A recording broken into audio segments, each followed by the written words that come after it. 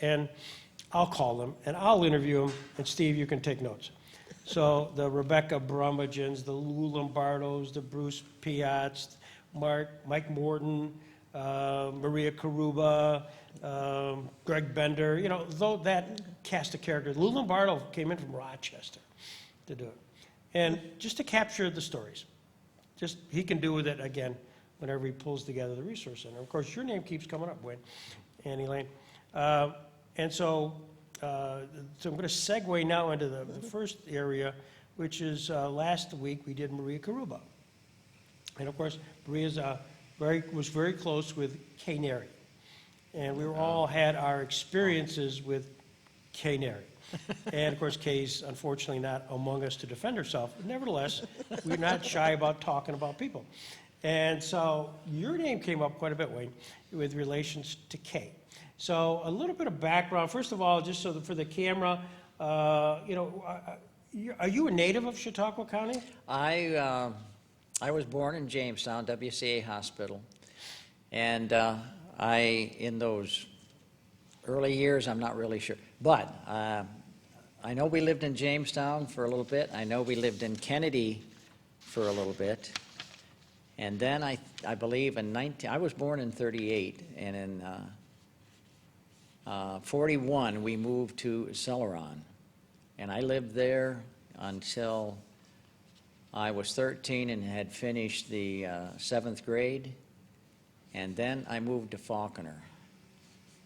And can you think of a worse place to move between two small towns in southern Chautauqua County than southwestern and Falconer? Could be the Red Sox and the Yankees, I No, suppose. I'll tell you, Yeah. I spent 8th grade just trying to survive getting beat up. Yep. I mean, it was one. But yet, I mean, the class of 56 from Faulkner that I'm involved in, we get together once a month, someplace in the, you know, for lunch, and we have pizza, whatever, you know, something like this.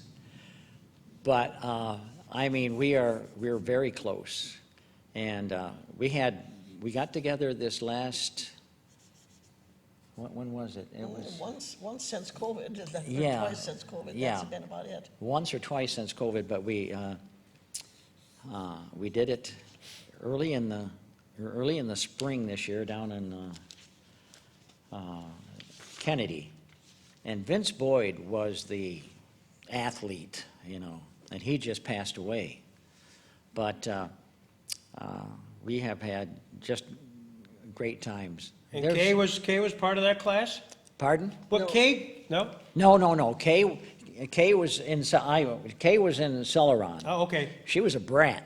Okay. I mean, she was just she came to school one time, and she had, you know, these two. They weren't pigtails. I don't know what they were, and she had cut one of them off, and she only had the other. I'd forgotten about that until we started talking about it. But she lived in the area up there, you know, where more like West Ellicott. I was on Dunham Avenue, 166, right down from the Resource Center. Sure. There. It's the greenhouse there. But yeah, I'm a native through and through, and then I graduated from Faulkner. Went into the. They had a program in the Army, and of course everybody's getting drafted, and I had my plan, and I'm not going to sit around and wait, you know, 8-10 years to get drafted. They had this program, and it was the U.S. Army Reserves, not the National Guard, and you went in for 6 months active duty, and then you were in the reserves for 7.5 years. So that's what I did immediately out of high school. What year was that? What year did you graduate? That was 56. 56. That was 56. And then I worked at Blackstone in Jamestown there from February through September, when I went down to Asbury College. And that's where and it was my minister that had encouraged me there. I'd always been interested in history. And they had a guy down there, head of the history department, that was fantastic. oh, he had the hardest test that ever was and so forth. But I took every elective I could from him. In the meantime, Elaine is there, and I ran into her In the college. in college. college. Yeah. So we met. And Let's pause there. Elaine, where are you from? North Dakota. North Dakota. How did you end up in that college? I came from a little town. There were 13 of us in my high school class. That was it. And out of that, 4 of us went down to Asbury together. And again, it was our minister had been there. Asbury is located where?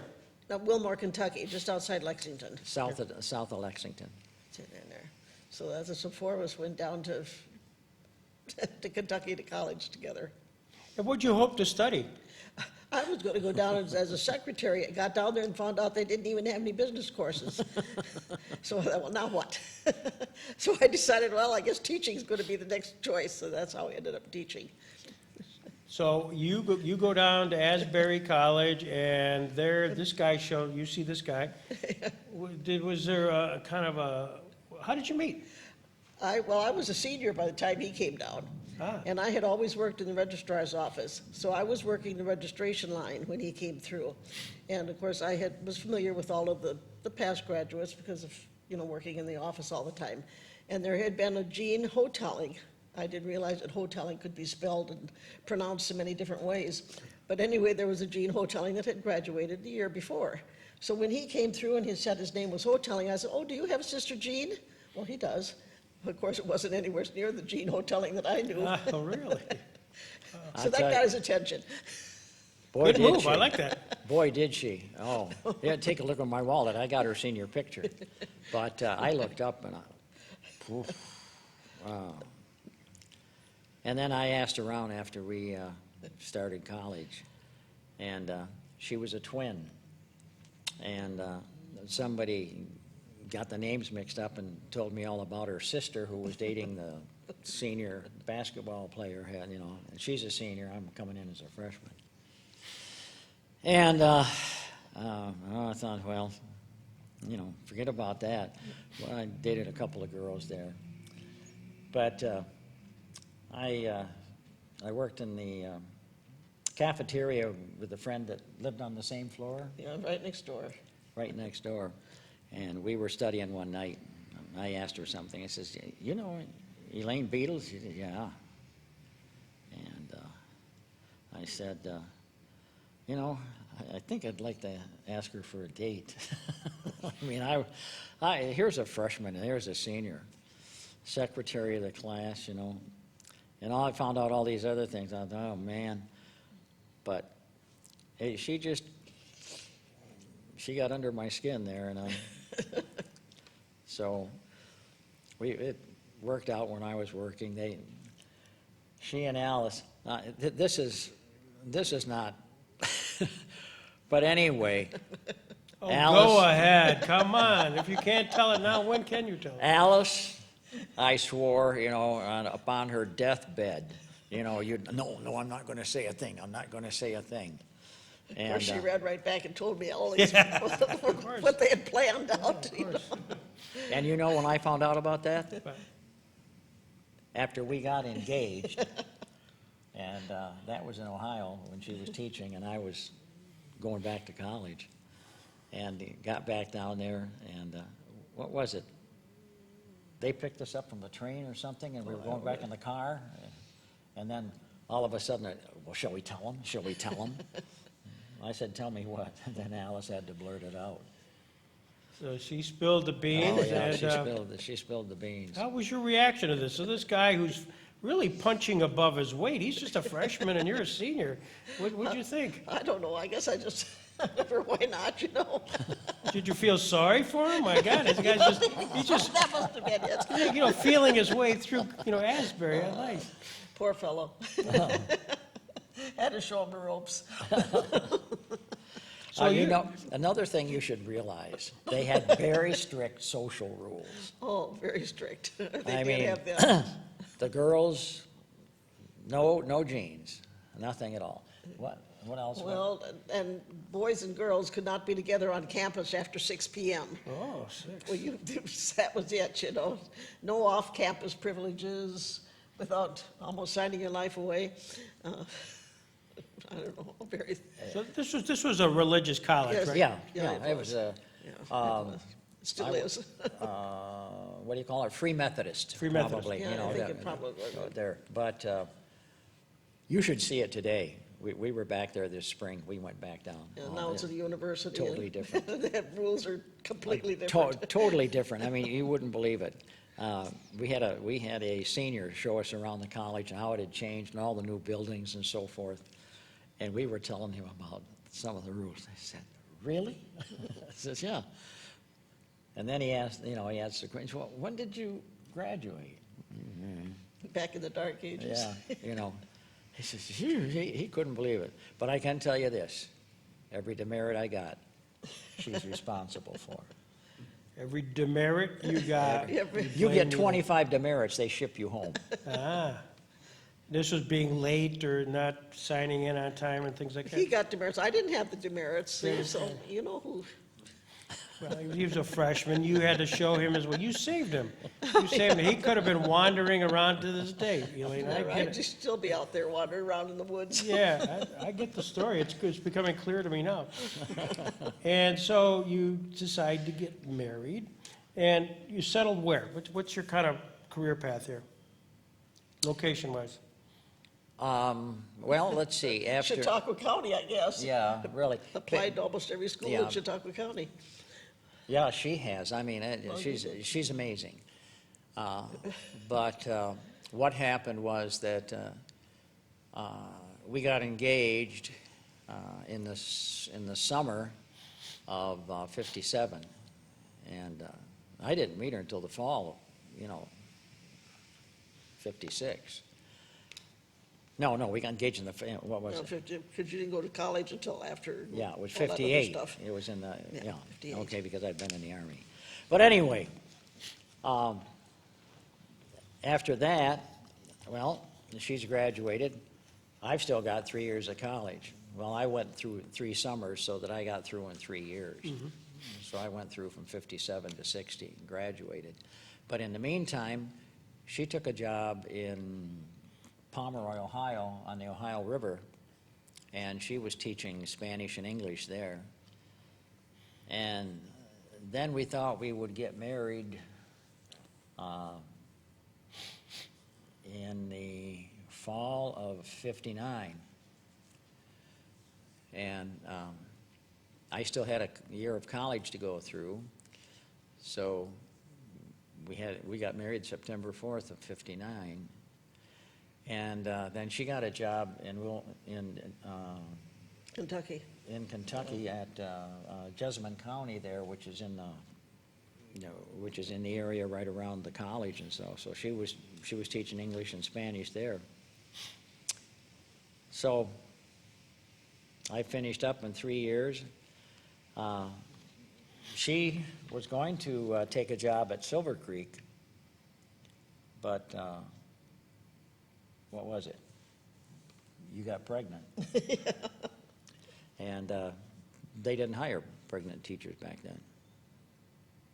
So I went with her, and they had an opening. Another guy did the same thing I did, but he had been teaching that year, and he was going to be drafted, and he signed up for the same program that I had, so he went in and did that. So I got hired there, and then they kept me. And I was there for 35 years. And that year, they opened the brand-new junior-senior high school. I started out in that school, and I retired from there 35 years later. Had the same homeroom all 35 years. All 35 years. What did you teach? History, economics, geography, sociology, Social studies, yeah, whatever. basically social studies. But primarily juniors and seniors. And Elaine, what did you teach? I just English and Spanish a little bit. Then I didn't want to get my master's in English, so I got my master's in readings. Then I taught reading for a while. Then I decided to go on, and I got my master's degree in library science. So I ended up as a high school librarian. She was 42 years old when she finally decided what she wanted to be. And I finished at Gowanda. I was teaching in Gowanda when I retired. In the meantime, you had a few children, had some children. I've had- But after she had the children, she was doing, Well, I did a year substitutions, you know, when somebody was going to be gone for a year. I was at Brockton for a year, at Dunkirk for a year, Lake Shore for a year, even Silver Creek for a year and a half. Silver Creek for a year and a half. And at Forestville, you were there for a half a year, and then she subbed, you know. Yeah, she's been all over the county. She was Well, like, a- that makes you invaluable, because when they have these year-long sabbaticals, kids, you know, whether it could be home care, it could be them taking a sabbatical, just taking a year off, to have somebody like you come in is remarkable. So you have, how many children do you have? Well, we had 4. We lost our Actually, we had first one. 5, but, Okay. yeah, we lost our first one. Yep. and then Laurel, and so we still have 3. Laurel was the oldest of the others, Laurel, and then Rick, Diane, and Donna. And the one that makes us connect here is really Laurel. Laurel. And she was born in 1963. 63. 63. When she was born and the doctor comes and says, we may have a concern, They never No, said anything the to us. doctor never mentioned said it. a word. While I was still in the hospital, a day or two, you know, after Laurel was born, I saw the doctor and the nurse talking, and the only thing I heard them say that I recognized was something about her eyes are a little slanted. And of course, at those times, it was, Mongolism was the term, you know, and I had heard that, and I knew a little bit about that. So then, I mean, that was the only thing. They never mentioned to us that they had any suspicions. wow. Did you find out later that they actually knew but just didn't convey Well, their suspicions? No, I guess we never ever no, we faced them with confronted that, them later. First of all, I suspected something. I had no idea what. Elaine did too. Well, being our first baby, we weren't really sure, you know, what a baby is What's like, normal, even yeah, though yeah. I have 35 cousins and all of that, and I'm the oldest one, and so I always babysat, but not a newborn. So as far as knowing how much strength you should have or how much you shouldn't have and so on, I Right. really wasn't up on it. But eventually, then, just, yeah. I Yeah, think, we had suspicious, both of us, but we didn't and we share did our, those. we did our research and so forth on our own. And I think after about, it was 10, 12 days, 2 weeks, we got together and shared. I didn't want to bother her, and she didn't want to, But we learned worry it's me. better to share it than to keep it both separate. And I think, both I worry. think that, we learned that at that point, and from that point on, I share too much, I guess, right? Well, that had, this is all being developed, in a sense, this rocks your world. This is not the Oh, norm. yeah. And it had changed your course right away, but this is kind of, it's not like the doctor came in and said, here's what we found, boom, boom, boom, and let's give you guidance and counseling and, you know, how to protect, or how to react to this. Well, after we started reading about it and when we could see the signs in Laurel, then we went to the doctor and we said, now, what do we do? Yeah. Was there services at all at the time? Not much. Not that we knew of. And, Not in a way, I was really upset, but it wasn't the doctor's fault. I don't think that they knew how to handle it any more than, a lot of people did back then. But the thing that I pulled back out, that I recalled, was that when I was delivering papers in Falconer, there was a family that had, he was a young adult, and he had to be 6 feet, and the mother was out on the front porch and had him and holding him, and I looked, and, oh, goodness gracious, and Laurel was limp. I mean, it was like a rag doll, and you had to support her head and everything. You had to keep flicking the bottom of her feet in order to keep her, feeding off the bottle. And, I mean, you just didn't know. And as she grew, I know, both of us, is she ever going to walk? Is she ever going to talk? Is this, what are we going to do?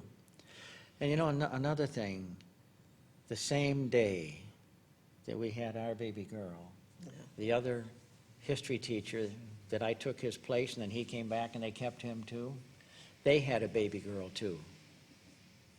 Perfectly fine. Mm-hmm.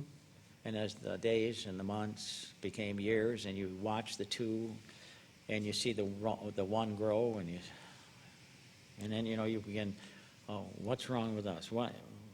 Why us? What did we do? I mean, you have all these doubts. But I think then it fell upon trying to do whatever we could do and to get as much help as we could. And I still, there were times when, if it hadn't have been for our faith, I don't know what we would have done. Mm-hmm. But we both said it time and time again. We're so glad God gave Laurel to us. I'm just trying, I can just imagine, what might have happened otherwise. But when he told us the best thing we could do was to put her in an institution, 24 hours later, we had a new doctor. So, but it was... Who did you consult? I mean, you're out there on your own. This is Yeah. fairly newlywed people, your eldest child, and you have an issue where a doctor says, put her in an institution, which was the guidance then. It's not, Yeah. that was the guidance. That I think of the Kennedys, it's sort of that same thing. But there's no way that we could do that. Sure. That we would have.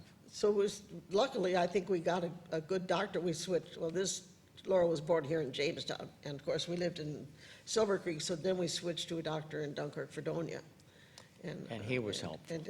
And right away, he started With the muscles. getting us in with the hospital in Buffalo, getting a test done, and things like that we had never had done with her before, just to make sure what she had or didn't have, one way or the other. What was her diagnosis? Downs. Down syndrome?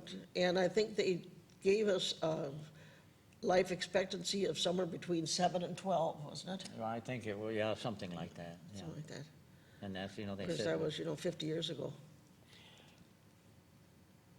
We're here because of the Resource Center. That's our general conversation. How did you get introduced to that organization, and how did somebody direct you there? We were just talking about that as we were driving down here.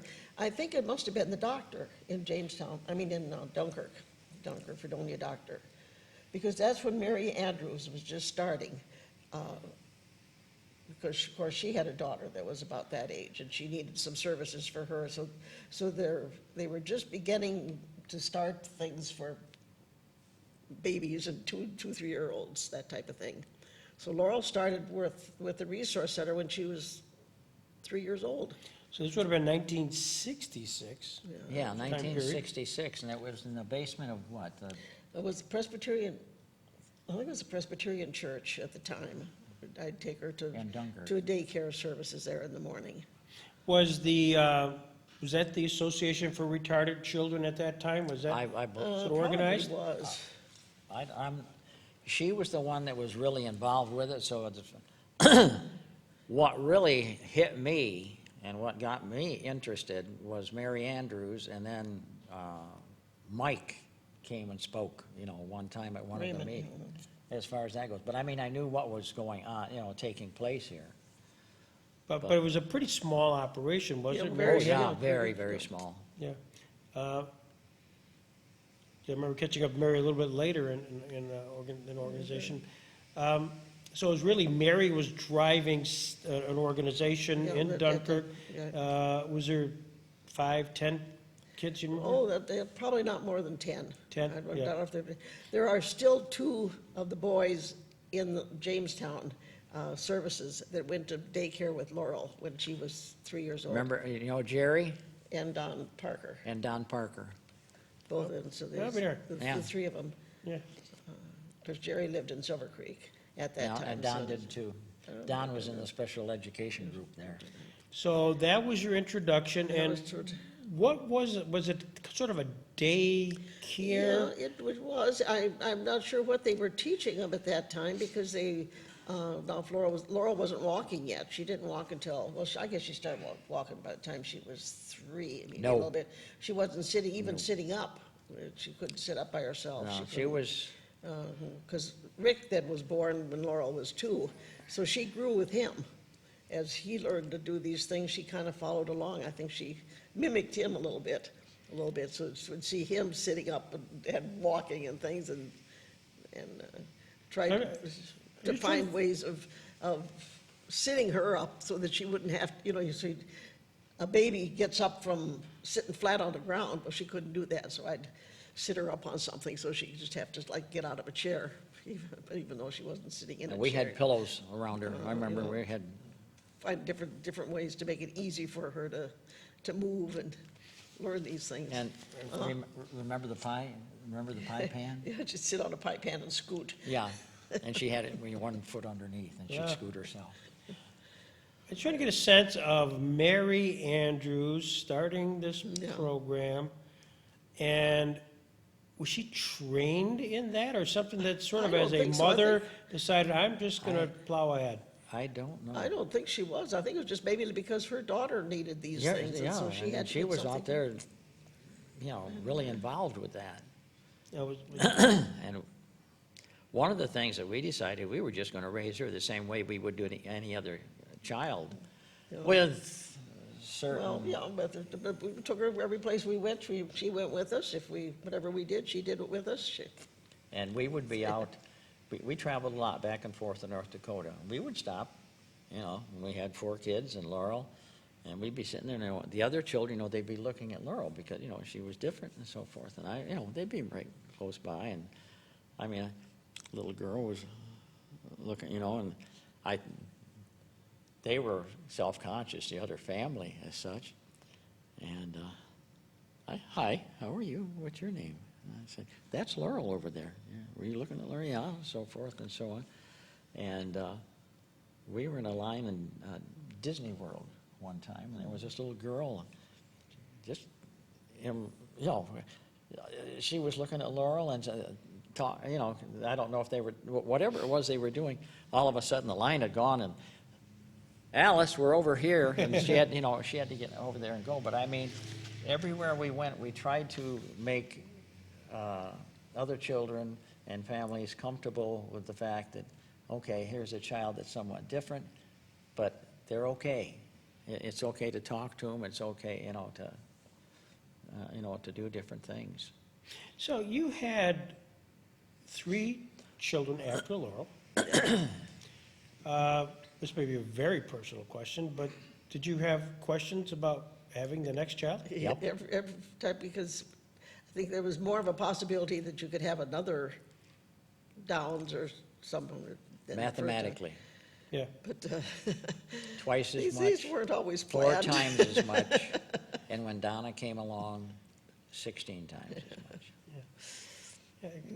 And it was, But it was really good for Laurel because Rick passed her, and then Diane came along, and she grew along with Diane until Diane passed her, and then Donna came along, and and plus the fact that they had their friends always over at our house, as we had a big driveway, so it was a good place for kids to play, so the neighborhood kids were always there, and they just all included Laurel.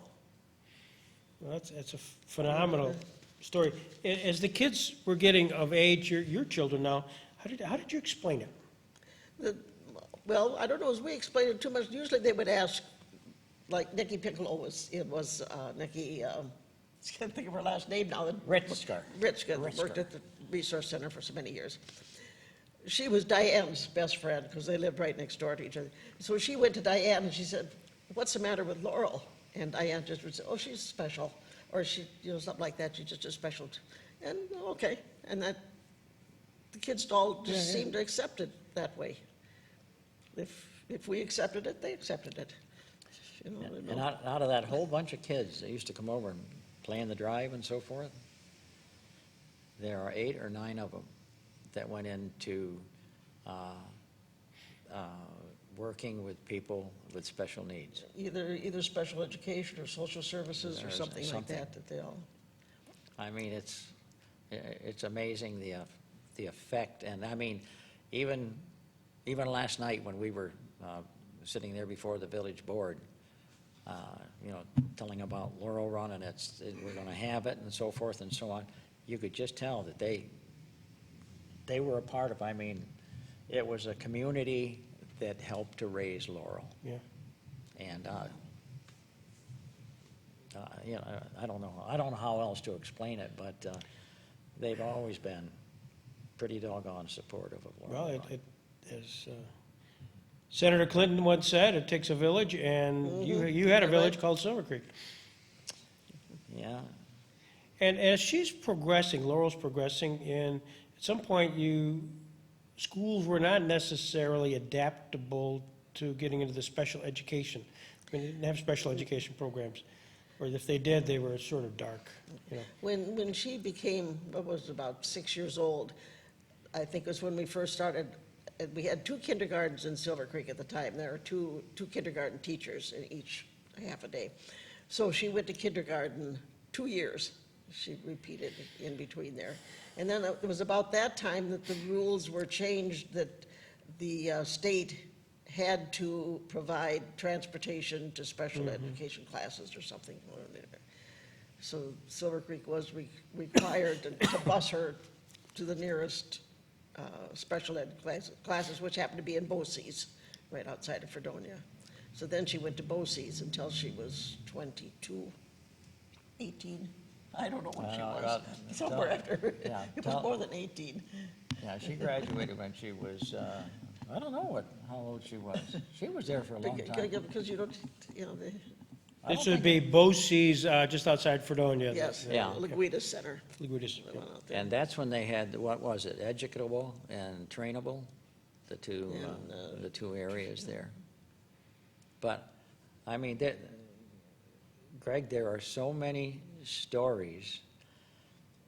Rick was in her kindergarten class, one of the years that she was there. And, the classes would go down to lunch and then come back and so forth. And as they were coming back from lunch one time, there were a group of girls on the other side there, and they said, they were singing, "We are Siamese, if you please," because of Laurel's eyes. Rick went up to the teacher, and he told her, he said, "Look, they're making fun of my sister." And he always has been the big brother and the protector. But I Yeah. mean, here's a kid in kindergarten Yeah. who can perceive. And I mean, it's been a family affair, and I wouldn't have it any other way. I mean, I'm just so glad we kept her home, and it couldn't go any other way. Rick told us just one time this last few years ago, he said he could never understand why, when he would go to school with Laurel in her preschool days, when he'd go to special ed there, everybody was so nice. He said then they would go to kindergarten, and he said all of a sudden everybody was so mean. He said he couldn't, so there, it shows. I mean, he went with Elaine and Laurel. Yeah, 'cause I took both of them instead of getting a babysitter. When they went over to Dunkirk. And, and he played with them there and so forth and so on. And, I think it was after Laurel passed away Yeah. that he told us. He never told us about that before, but he said, he said, I never understood, Yeah. and, yeah. Not only are you caring for Laurel, which is a full-time job mentally and physically, but at the same time, you decide, at least Wayne, you get involved with the Resource Center. What took you from adding that extra duty to your kind of life cycle? Well, it's kind of like with teaching. I started there in '60, and then, of course, you've got your Teachers Association. And about my 6th or 7th year, they came and they asked me, we'd like you to run for the president of the teachers group here. And I felt, well, this is my job and so forth, so yeah, I should do that. Well, where I was teaching, there was a situation where you have the junior, senior high school, and you have the elementary school. So you've got teachers from 2 different groups. And they just couldn't get along. Well, there was the lady that we bought our house from. She was an old maid, but she was one of the greatest people. Anyhow, I told her, I said, well, look, I said, I'll take the job. I said, but I would like you as my vice president. I said, I want to have equal thing. And That way, the president would be from the high school and the vice president from the elementary school. From the elementary school. Sure. So they get the 2 of them combined. And she looks at me and she says, there is no way I will be your vice president. She says, but I will be your president of vice. I mean, she was not one of the group, and that was the same thing with high school. You had, it's just, how things go. But I kept track.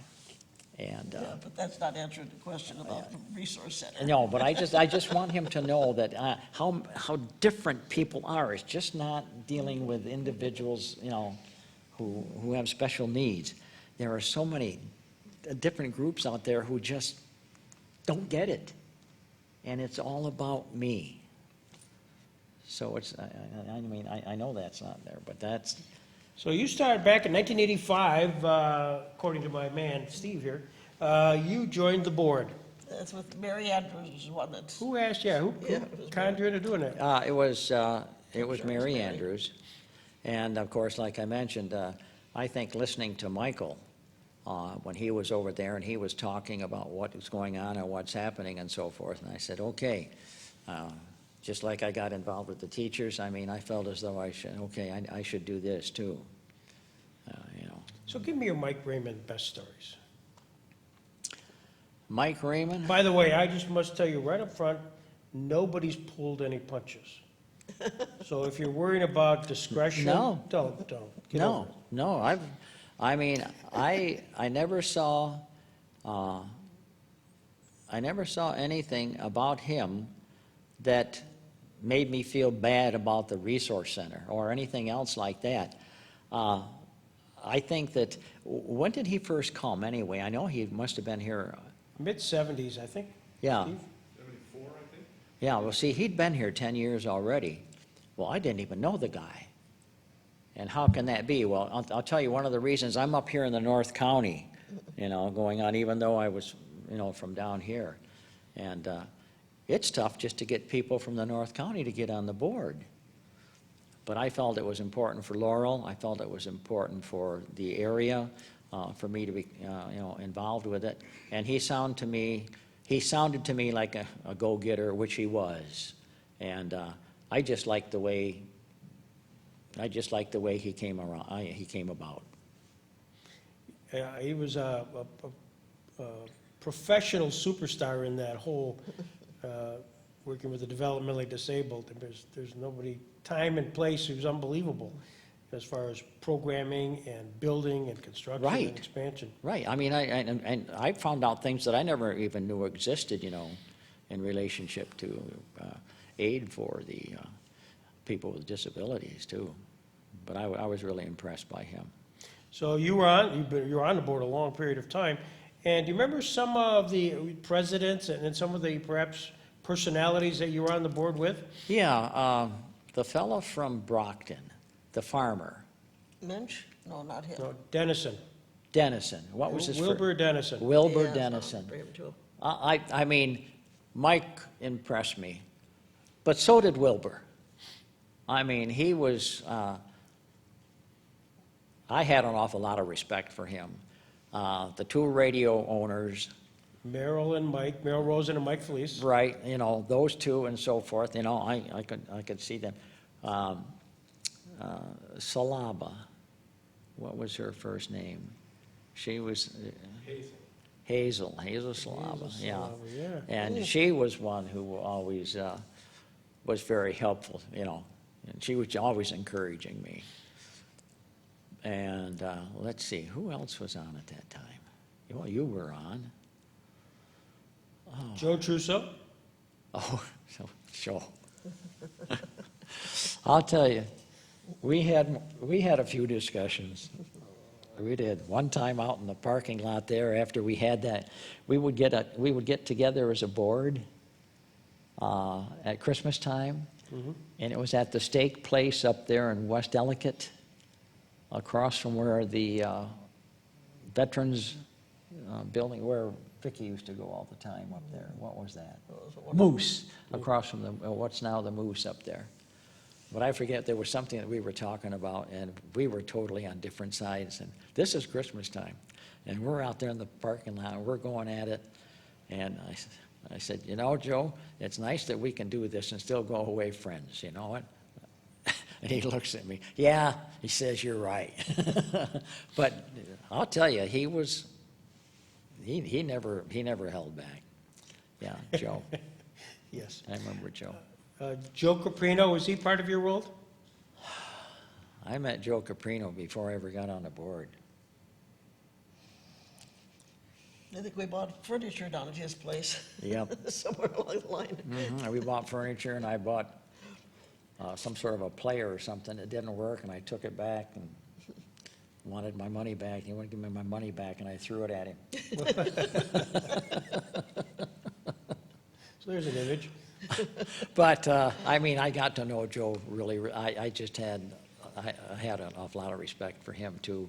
And I found out a lot more about him after being on the board. And one time, wasn't he the one that, he had us down in his basement there? Correct, yeah. Yeah, and so forth. And, you know, it was just nice, you know, getting to see people in that aspect, too. You know, after most board meetings, that when Joe was there, he would invite everybody to his house. And I know often you'd go back north and wouldn't stay around, but he would be at his house, and he would sort of have his wife put out a little post-event, you know, board meeting spread. It was unbelievable. He was a very gracious guy. Yeah. Very gracious guy. Yeah. Tony Ingrao, was he part of your world? Yes, Tony was still there, too. Yeah, remember Tony well. Remember the DeLorean? Were you part of that when we had auctioned off the DeLorean car? George Privateer Company? Does that ring a bell? May have been before. I remember hearing it, but I don't think I... Okay. Again, I go back a little bit further, so Yeah. I may Yeah. have, that was crazy. Yeah. We had a DeLorean car. But I will Back tell to you, the future. I will tell you this. Exactly. You were on the board when I came on, and the vote was 6-7. And Joe Trusso supported me. But his feeling was about the North, you know, and so forth. But there were others that felt as though, no, I just didn't have that much experience. And I really didn't, I mean, as far as being involved in the committees and things like that, and so forth. I didn't remember that. Yeah. In fact, when I retired, I gave them a copy of the minutes because I saved that. You know, so they gave that back to me. But that was interesting. Yeah, landslide hoteling, that's when you're becoming president, is that it? Nice, that's a good story. Therefore, you saw a lot during that time period that you were on the board, and certainly as president. And you were uniquely placed as president because you were a member of the executive committee of NYSARC. It was also during that time period where, for strategic and fundamental reasons, we were considering the going independent of NYSAR. Do you remember part of that story? Oh, yeah, yeah.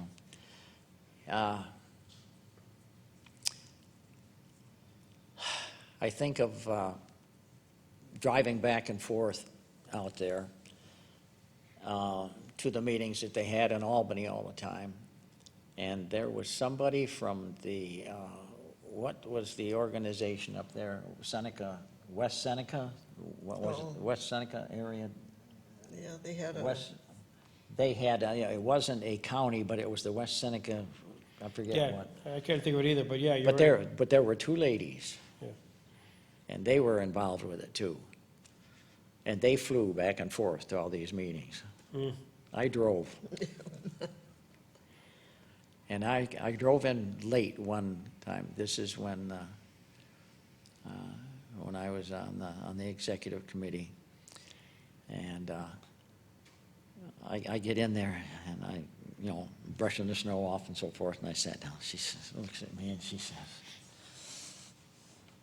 "How come you're always so late?" And I said, "Well, I come from the westernmost county in the state, Chautauqua County." "Well, where's that located?" So you're talking about you wanting to get out of something that they don't even know where you're located. Yeah. Oh, yeah. And that was Tom. Boy, when Tom became president, and another election that they had was for vice president of the Western region. And I forget who the guy was, but he'd been in there a long time. He's very, very, very good.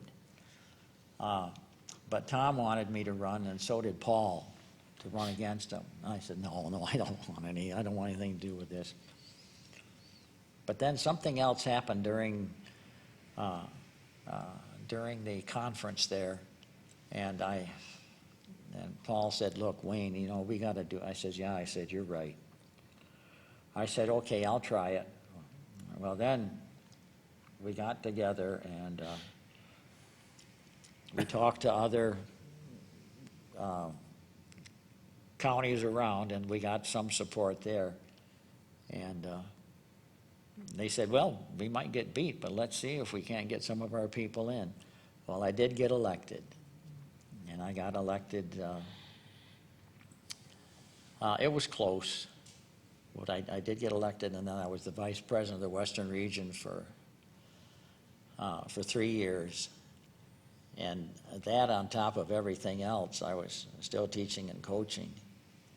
It was tough. And it was what Elaine and I did. I felt as though if I'm going to represent these people, I don't know anything about them. So she and I, that first year, we went around to every single county, and there were 17 counties in the Western region. And we went to either a board meeting, or we went out and we met with the board or something, and there was tensions. You could see it, there. And but I got elected twice more, and that was it. I didn't want any more of that, and things were still hot back then too. Had the litigation come and gone by then, or remember when we actually sought independence from We were the still state? seeking it, yeah. Still seeking it? And the way they treated Harry that was just unconscionable. Yeah, Harry Glatz, yeah. Oh, it was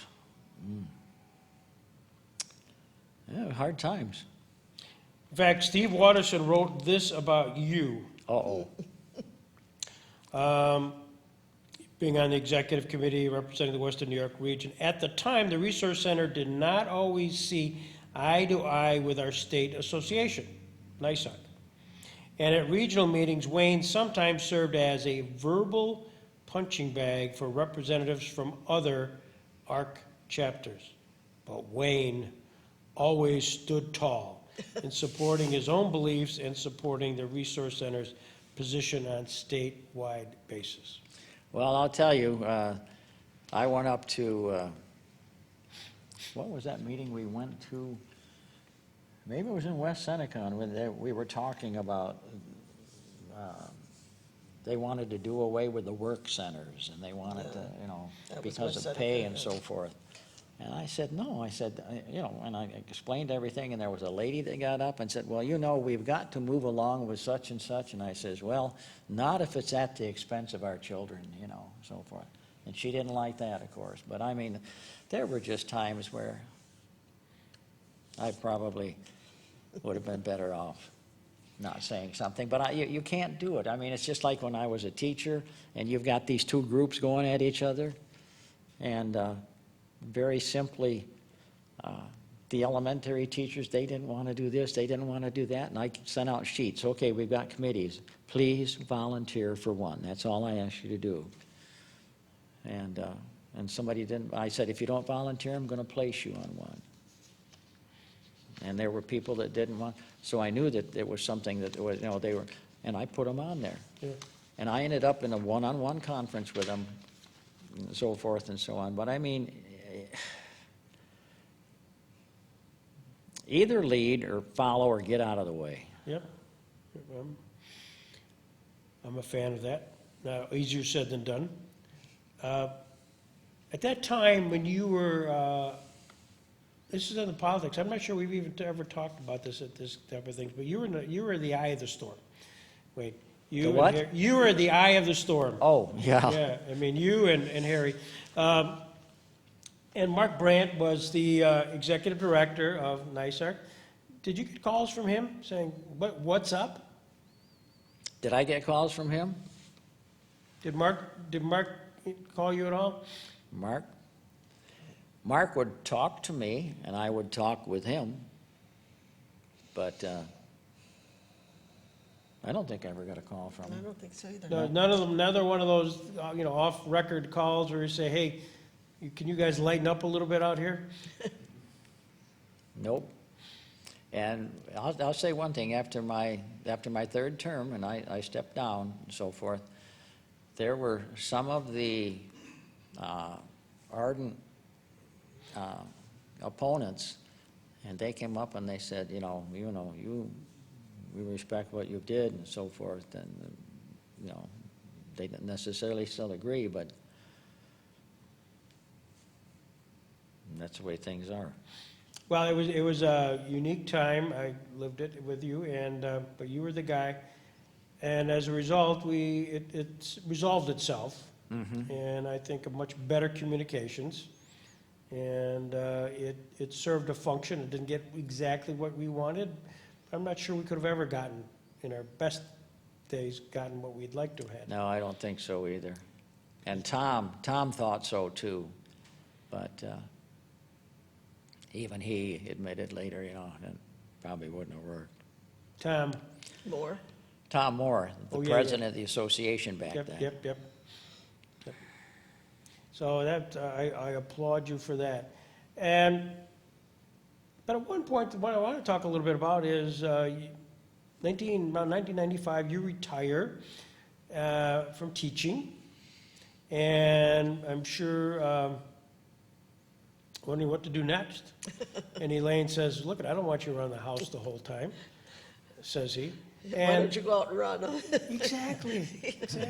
So was that your advice to him? Just, No, I don't think so, but obviously you're a track coach. I mean, that was something that you loved near and dear, but when you're teaching and you've got fatherhood, and you've got a whole lot of things going on, the actual training or something like that. So there's an aha moment where you're no spring chicken, no disrespect, but you decide to do something. Well, that decision was made 25 years before, 1980. Okay. We had our brood, our 4 kids, and we were going up through Canada, up on Route 7, up to hit Route 17, and it's what used to be a nickel center where they had nickel mining and so forth, and you had to go north out of Toronto, and then we would take 17 over to the Upper Peninsula, and, come out Wisconsin over to North Dakota. And it's evening, or early evening, and we're coming up to get on to 17, and I'm looking up there, and I'm seeing this guy, and he's running. And he's got kind of a hitch and a gait, and what in the world? And I'm watching, I'm driving, and I'm coming around, to get on to 17. What in the world's going on here? And we get down the road about 2 miles, and I pass this, what was A it? van or something like that. Yeah, it was a support van for Terry Fox. And it says, the Marathon of Hope. And I pass it, and I get a couple miles down the road, and I said, I got to go back, Elaine. I got to find out what's going on. So I went back, we stopped him, and we talked to his brother and one of his best friends, and found out, do you know the story about Terry Fox? No, tell it. Huh? People who are going to watch this will not know the story, so go ahead. Okay. Terry Fox was a young man, just a overachiever. And not big, small. He would have been the point guard, and very athletic. And I think he was, after he graduated from high school, he went to college. I think his first year there, I believe that he came down with cancer, and anyhow, he wasn't going to be able to play sports anymore. So what they ended up doing was taking off his leg at the hip. And he was despondent, and his coach came to see him and mentioned to him, about the fact that, he can get a prosthetic leg, and so forth. What he ended up with was, the 2 rods.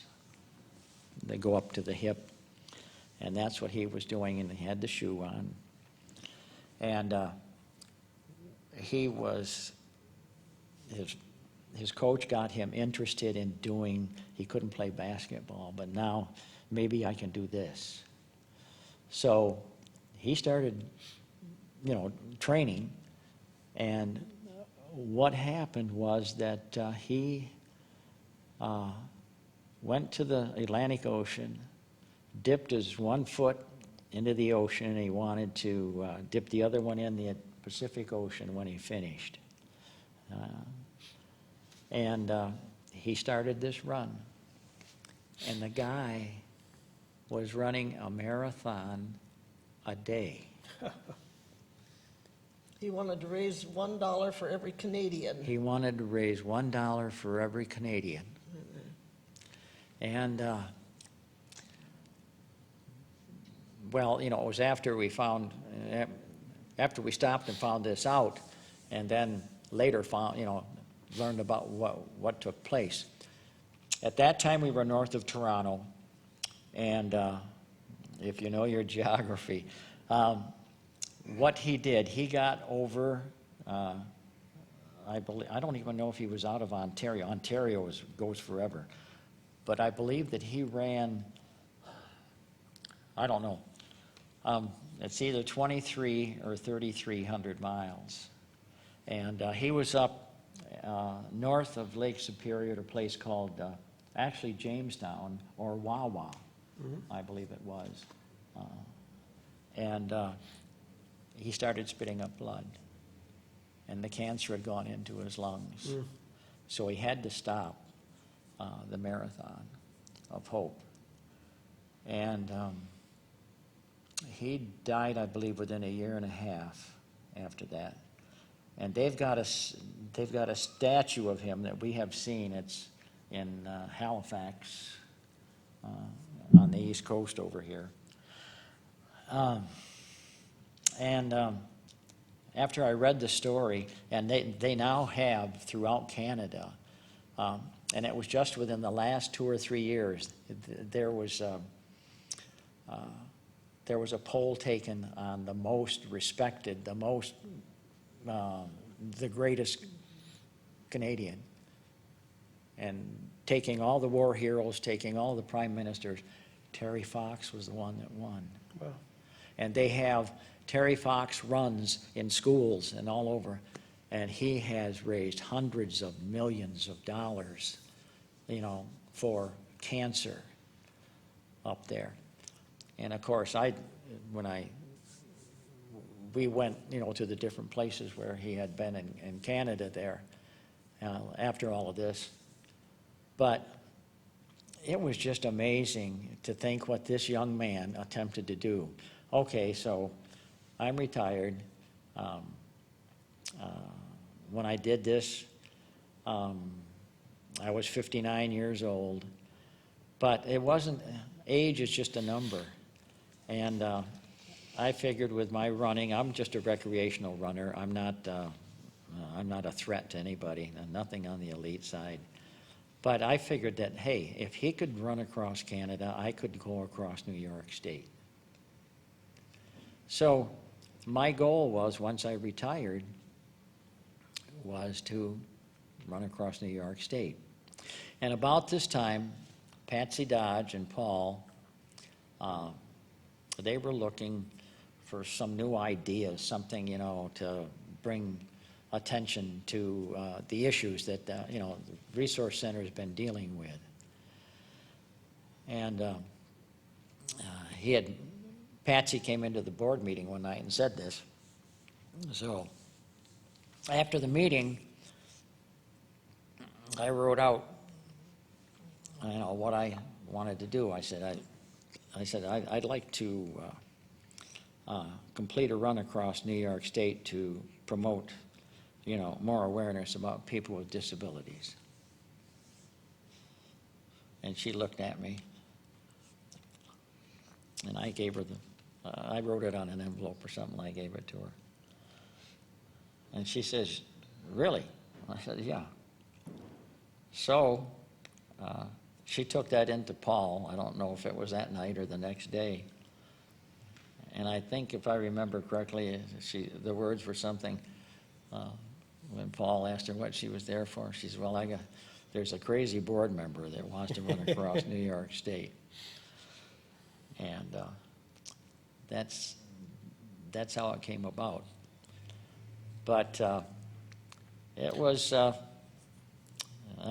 as you know, that first week, I mean, it was 20 miles a day, and I did get in, I think they say 100 miles, but I ran on Saturday too, so I think I got in about 120 miles. I was over to Letchworth, and I believe it was a tendon that I injured. But anyhow, I just couldn't run anymore. So I thought I'd take it easy. I took a week off and, you know, tried to go up to the pool and, you know, work the leg and so forth.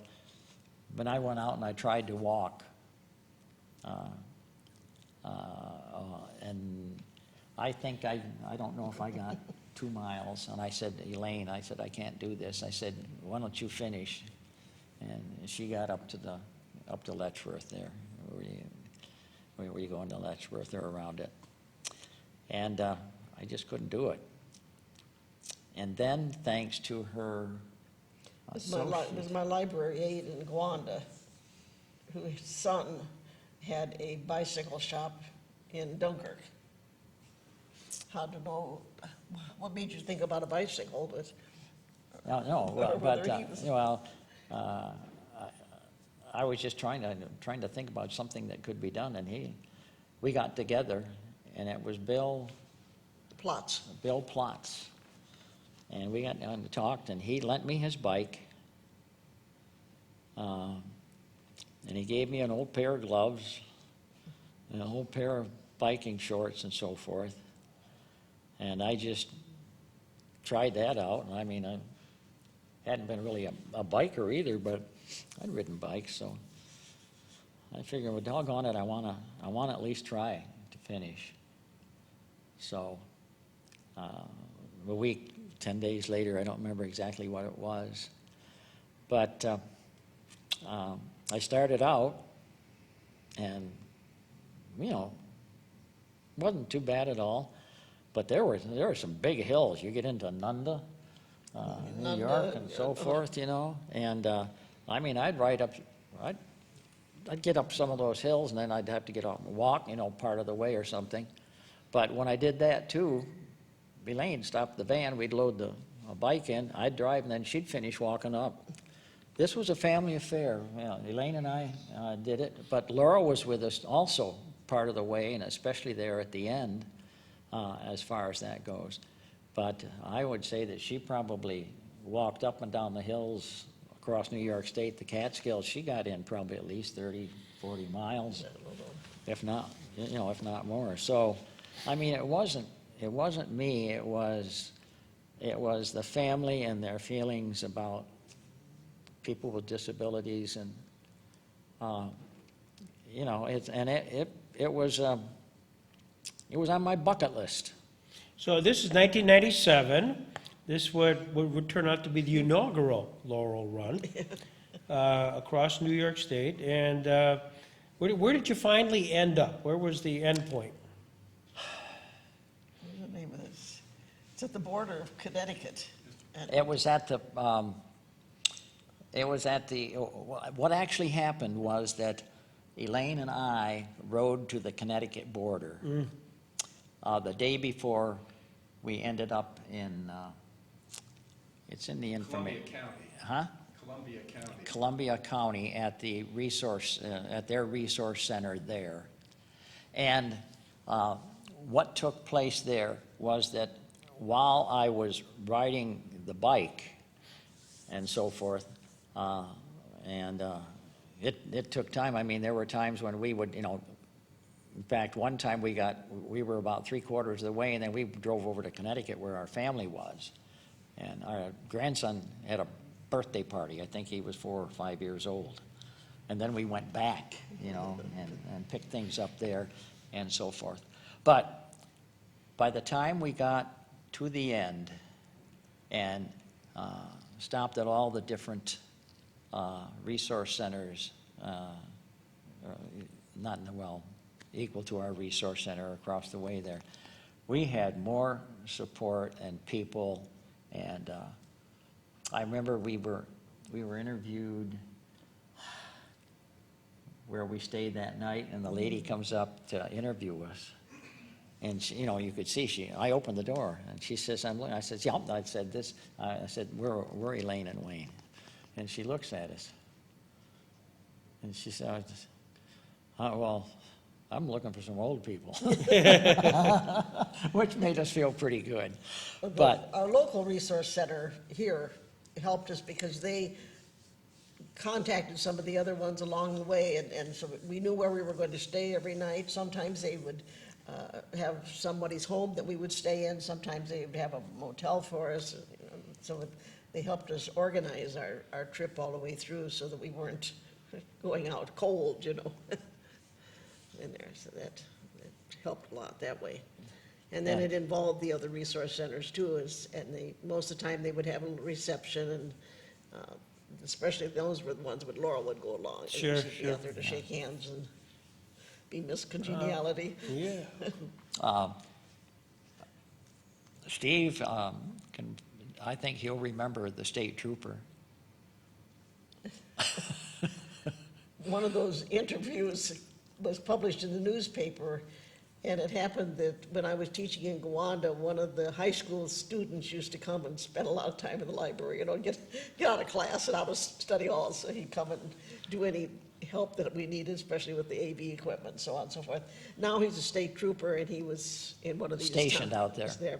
So he read the article, and he called the resource center trying to get hold of us, and he didn't identify himself other than, He was this a is state so-and-so, a state trooper, and I'm looking for the hotellings. And of course, it panicked everybody at this end because they didn't know why he was trying to find us, whether there had been an accident or something was. What had happened?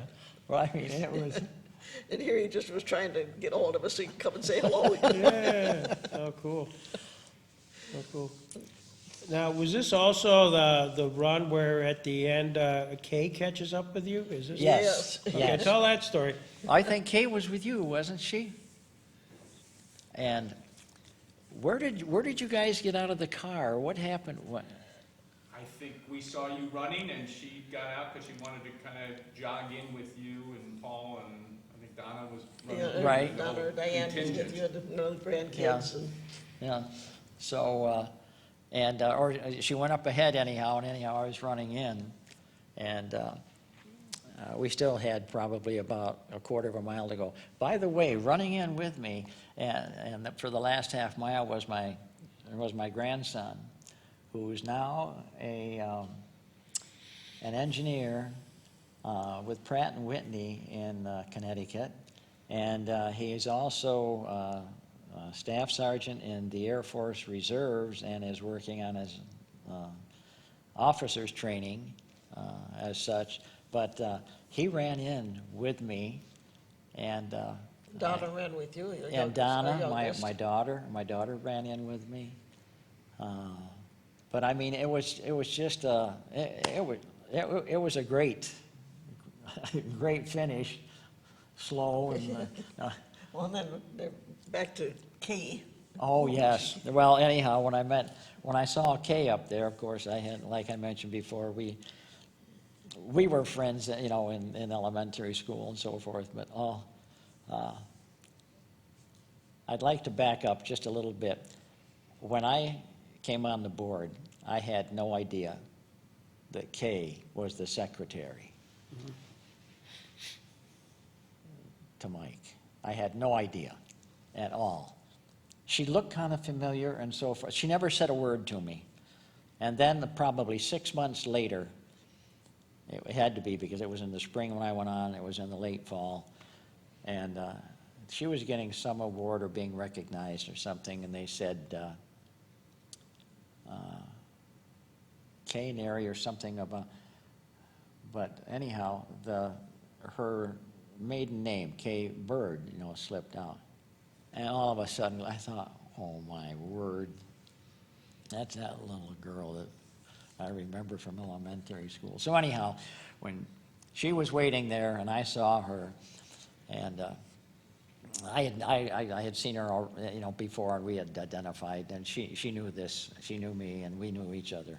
But anyhow, when she was standing there, I just got up to her and I just grabbed her like this and I gave her a big smooch, and we got a picture of that, and it was really great for both of us. Two little kids. Well, full cycle, and both with a passion for the Resource Center Yeah. and for the development Yeah. of the disabled.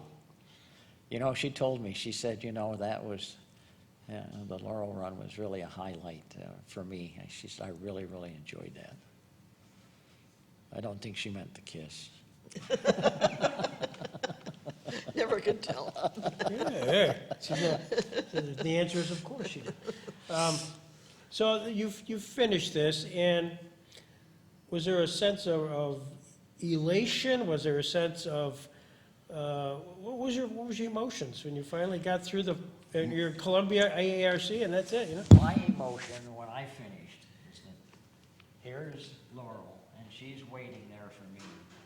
So I knelt down like this, she's standing here, and I grabbed her, and we hugged, and we got a picture of it. And I can't tell you because it's not explainable, Yeah. but it was just what a feeling. Yeah. And I never felt anything like it before. And I wouldn't trade it for anything. God bless you. Yeah, here. Back here. Yeah. Still get up. I'm gonna say, we didn't want to lose you right there. That was quite an ending for an interview, by the way. His last words. But that wasn't the end. I mean, that was a celebration. Did you expect that to be a one-off, an opportunity in 1997, a run to honor Laurel, and here Yeah. we are, still 2021. Really, I thought We're that talking was about gonna it. be it, and then we were Yeah, gonna say really, goodbye. that was it, something that you had, that you wanted to do, and you did it, Yeah. and that was it. So what precipitated, I mean, you get the laurels and everybody applauding such a phenomenal personal effort for the hoteling family. I mean, it was a family event. But then you decide to do it on to get other support and to do it otherwise? Well, Well, the state. in doing that, we got so well acquainted with so many other people throughout New York State, and you know, a part of the NYSARC family, and became very, very close with those people. And then they were the ones that, along with Tom Moore being you know, one of them, and our friends Vince Colgan. Vince Colgan, Yeah. and who was the other one? But I mean, they were just, yeah, it was Tom and Vince. They were both runners, and then they said, well, you know, we ought to be able to do something more with this. And what we did, we came back here, and we set up a 2-day event where we ran around Chautauqua Lake, and But I don't think you would have done that, except that the State Department, the state organization, was going to have its 50th anniversary in 2 years. And they thought maybe they could do something with the Laurel Run as that. Well, that gave us that Right. year in between that we you're had to right. figure out. You're right. That's what it was too. Yeah. I mean, it was that combination of, you know, getting people together. Yeah, you're right. You're right. So that, I'm reading again from your buddy Steve, and in 1999, the ARC of New York State Resource Center chose Laurel Run as to be the signature event of its 50th anniversary celebration, and plans were made to have Laurel Run pass through every county in New York State. As the statewide run was being planned, Wayne, Elaine, and Laurel happily made themselves available to travel to any county to meet with planners. Those doubting their county's ability to pull together their portion of the Laurel Run relay were put at ease by the hotelling's confidence and enthusiasm. That's Steve. Well, I tell you, we had a great time, and it was, and I enjoyed. I mean, I got to see so much more, you know, of New York State that I'd never seen. You know, just running through it. I mean, I walk now. It's not the same, but I mean, I don't know. Running after I retired was my outlet, I guess, more so than anything else. So the state actually endorsed this statewide Laurel Run, Yeah. and which was remarkable. And you actually did a kind of a goodwill tour to various counties, if not all the counties, to talk about it. We weren't able to get to all of them, but we appeared at many of them. Yeah. Yeah. They told us that it was the first time that every organization in the state, I mean, Every every county. chapter Yeah. in the organization had worked on the same project at the same time. Well, And there were flags that were passed on. I mean, sometimes the individuals, the residents, maybe they might take 2 steps. But I mean, and it was amazing to see, and all of these. Oh, it was great. you must have been so happy. And Yes. here you're the same guy that they probably threw darts at a few years earlier. Later. Earlier, before that. Yeah, When you're on the executive committee. before and after. Yeah. Anyways, so the Laurel Run, to this day, we're here, 2021. You met with the municipal officials last night, I guess. We met. It's okay. It's been okayed. We've got the park. We've got the track down around the ballpark also, as well as the park out there in front of the church and in the village square. And we will have the 25th Laurel Run going on. Fantastic. I can recall motorcycles, I can, support, certainly a lot of school support, runs literally from here all the way up to Silver Creek, people going along with Steve Watterson, running. And so talk about a little bit of the variations. I mean, it's a run, but I mean, sometimes you got all kinds of different supporters, and I mean, people would dress up. I mean, it was sort of like a mummers parade in Philadelphia. I mean, it's got everything. Well, I'll tell you, the Resource Center has been so supportive and so helpful in these 25 years, and none of this would have happened without that, taking place. The first one, possibly, but I mean, with what's taken place and how it's grown as a result of the dedication of the people that are working behind the scenes and doing all of the heavy work, so to speak. We have a number of people from our church that help us to set up and are responsible for, moving the tables and so forth. And they took the place of people from the Resource Center that did that before, and then, they retired and so forth. So we've been really lucky in having, support from our local area there. But yeah, one of the things Elaine and I wanted to do was to reach out to the kids, the high school, junior high school kids, and that's the reason for the Friday event that we have, that is the relay from Jamestown to Dunkirk. And it's been great having all these different clubs, from the different schools around that take part in it, and the other adults that are there, to help. The help you get for security from the sheriff, the local police, and the state police. There are just so many things that take place.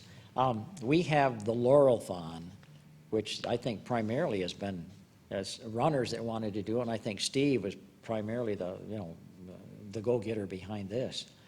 But we have an individual who's going to be running the Laurel-thon for the 9th time in a row.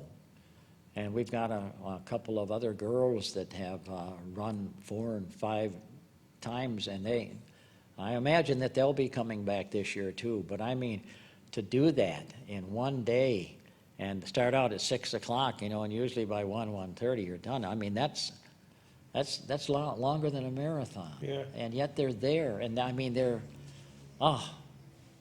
it's amazing what's happened and what's taken place. And Laurel's Lap, I mean, we have instances, and you can go back in years and you can dig them out of the files there and so forth, but just absolute unbelievable things that our people, our residents here from the county have done that nobody would have ever thought was possible or that they were capable of doing.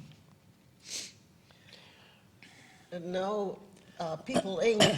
has a couple homes in Silver Creek, and one of their daycare places is in Silver Creek, and so they've kind of adopted the Laurel's Lap too, that's one of the big things that they look forward to every year, is to take part in the Laurel's Lap, get all of their clients out there running that.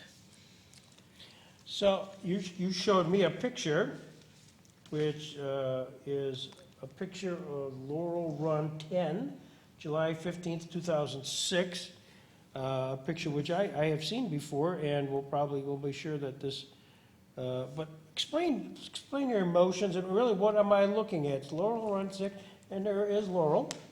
I think it's Laurel Run 10. 10, what did I say? 10, yes, Yeah. yes, 10. Yeah, that's the 10th Laurel Run. Now, Laurel always had bad knees, so to speak. So the reason that she rides the bike is because that's what she used as her means of getting around town. And that's, people would recognize her and they knew her. Everyone knows Laurel in Silver Creek, and I think for the most part, countywide, she's well known. But if you ever get a close-up of that picture and her face, and you see the joy on there, and then there are other times when she was with her friends and riding with them, and one was in a wheelchair, Diana. Diana Minch. Yeah, Diane Minch. Yep. And then there was Tommy, who was pushing her, and the three of them laughing and coming across together, and she was behind, and they were out in front. But I think that's the spirit of the Laurel Run. And when we started it, man, Patsy asked me, you know, what should we name it? And I said, let's name it after Laurel. We'll call it the Laurel Run. But that's a fantastic picture. It's a tremendous picture. And That bicycle or tricycle of hers, we had went to the bicycle shop in Dunkirk to see about getting a tricycle of some kind. And he said, if you buy a regular tricycle, it's very hard to pedal. So he took a regular bike and took the back wheel off and split the axle and put double wheels. Really? So that he said, this way, this one will ride like a bicycle instead of a tricycle. isn't that great? And so it always was very easy for her Yeah. to pedal it that way. In fact, it was the fun thing for anybody that comes to our house. They always had to ride Laurel's bike.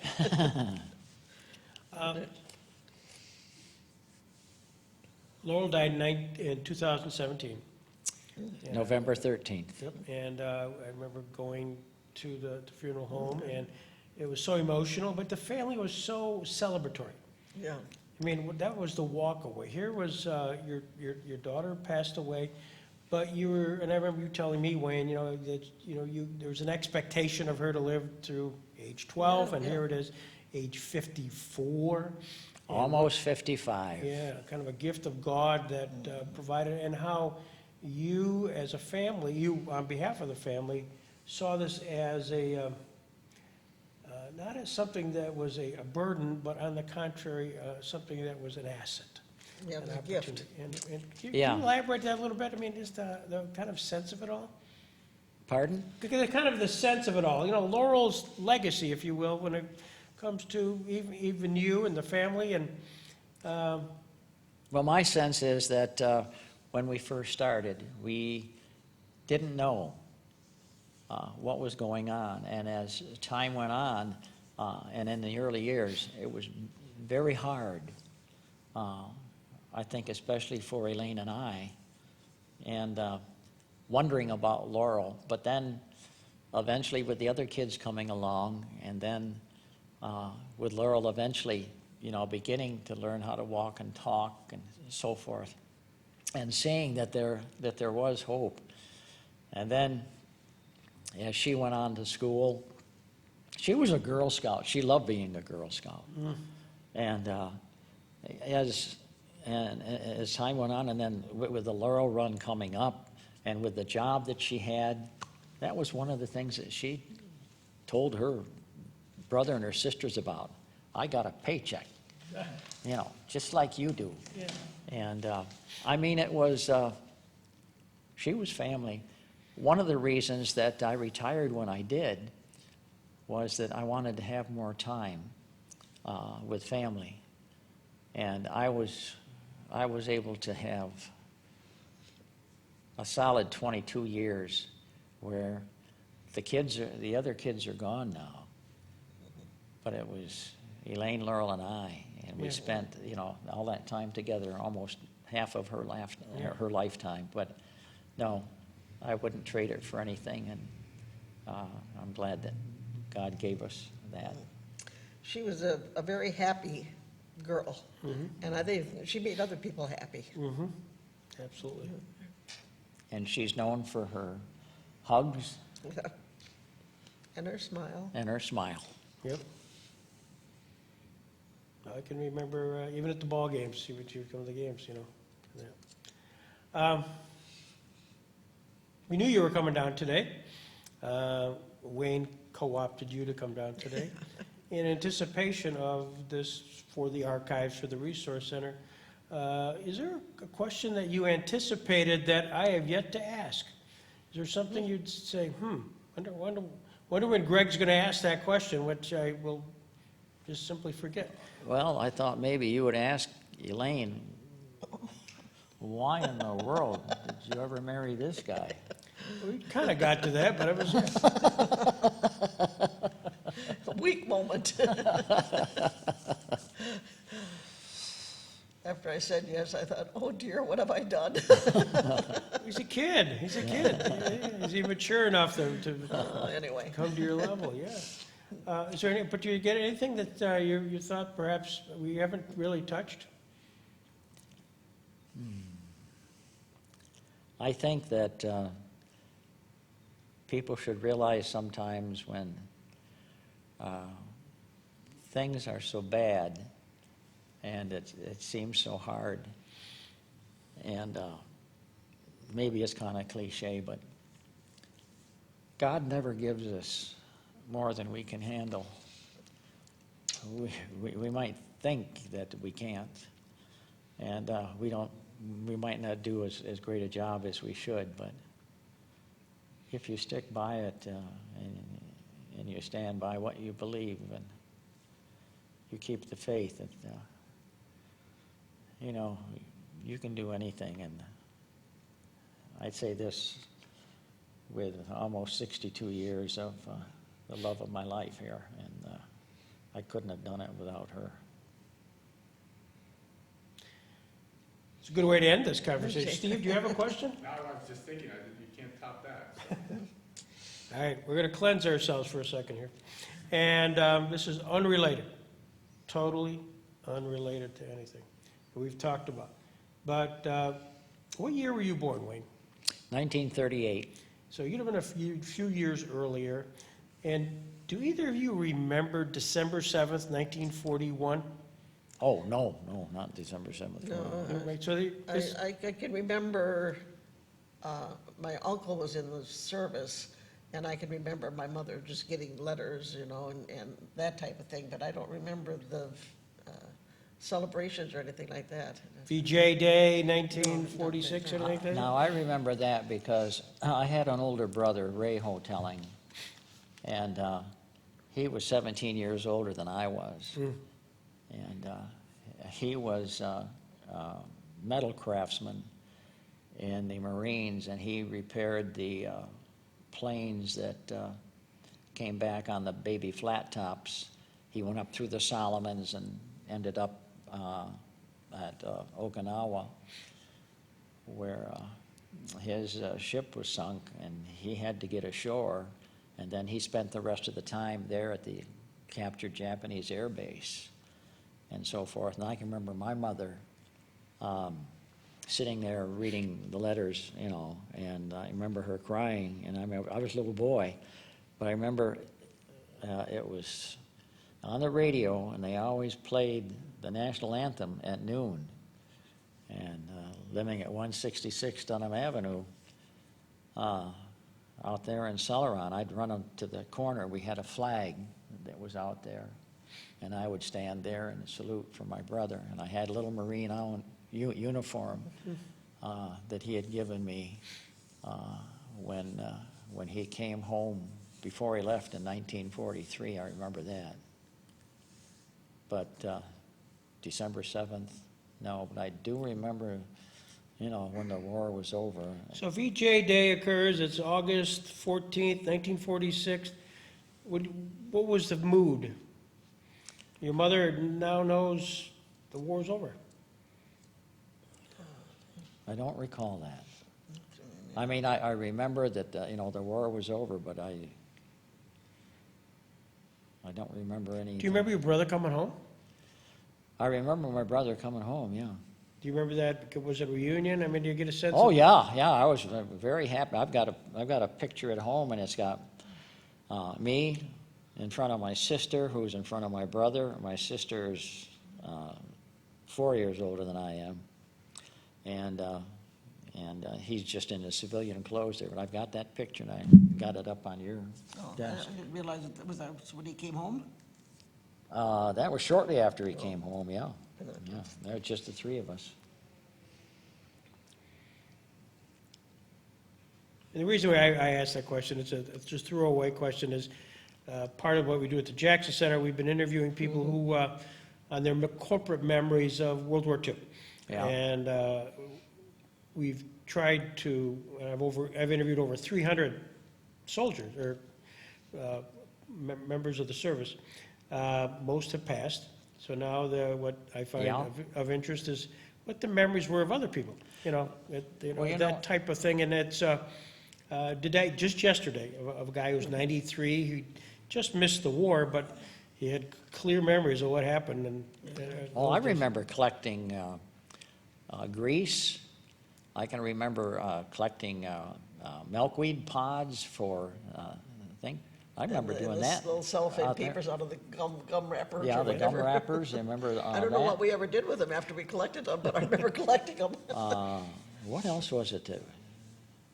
We had the saving stamps, the, Oh, yeah, I remember the saving the stamps, stamp. and when we were in school, we bought those. I had my book with the saving stamps in it.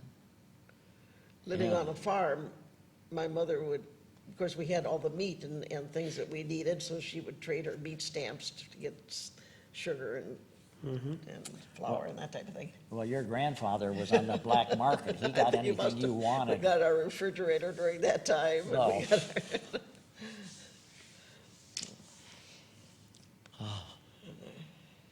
yeah, Used to my play grand- house afterwards and used those stamps as play money. I wish I had some of those books now, they'd be real collector's items. Yeah, absolutely, absolutely. Yeah. Well, I know the whole meat story. My grandfather was a meat cutter here and had a meat shop in Brooklyn Square during the war, so meat was no problem in there. And you're right, same thing with the rations. Yeah. They got to be a tradable. So, well, thank you so much. Oh, well, so thank you, too. It was, hope we didn't overdo it. No, no, no, no. That other picture there, Which did one? you see that? I was wondering what you brought that along for. Well, I just wanted them to Is see, this your love That picture? we were young ones. yeah, we were young ones, see? Yeah, there you go. See that, there? In case you're curious. There, look at that. Look at Oh, anyway. that. You did punch above your 60 weight. years, Look at this. 60 Look at some this. years ago. You really look like your daughters. Yeah, there we go. Look at it. Now I look like my mother, so I don't know. What? Okay, there you go. There you go. There we go. Yeah, you did luck out, Wayne. Oh, my God, yeah. Really, yeah. Yeah, you feel guilty, Wayne. You should feel guilty. Did you get that other picture too, Ed? Yeah. Okay. Well, thank you so much. Yes, well, thank you, Greg. This was nice. I'm sorry I hit the mic and printer fell over and all that, but that's just me. I'm just glad you were able to get up when you got down. Still able. That was, were you ready to jump, Steve? I mean, were you ready to? I knew he still had it in him. Well, welcome to the Jackson Center. We've got like I told you, Wayne, we've been doing this, and got a couple more to do. Nancy Ingram, you may remember Nancy. Did you get Harry? No. Well, I did, yes, the answer is yes, I did. It was not directly on this subject, but I interviewed Harry about World War II. I interviewed Harry about his son. It's on YouTube, and about some of his times at the Resource Center, and it got very emotional. So yes, the answer is yes. It was not a long interview, but it was probably 20 minutes on the subject. I'll tell you, when he came on the board. Did you know that? It's on YouTube, Harry's interview. No, Okay. but it's good to know. When he came on the board and I got to know him, it was like two kids in a candy store. And as soon as I sat down here, remember when he did the magic show that time and I was his helper down Yeah, there? that's funny. And he didn't really tell me anything, he says, here, I'll tell you what to do. So then when I thought, I started ad-libbing and he started, so then we just went at it. And I mean, that was a scream, that was a ball. Well, Harry graduated my same class as my mother and dad, and so he was always the MC. I mean, every class reunion, and they had him every year, but it was always Harry, kept it light, lively, and he was certainly not the class clown in the sense, but he was No. just very maitre d'-ish, MC-ish, but had a great sense of humor, and always had some gimmick. It could be, you're right, the magic tricks, it could be bringing people up, and He was such a talented person. Yes. Such a great guy. Thanks, Ed, thanks, Steve. Yeah, right, yes. So, Paul Giordano reached out last week. Oh, yeah? Trying to see if I had Joe DiCarlo's phone number. And I said I didn't, but maybe Marie Karuba did. So I got hold of Marie. Marie gave me the number.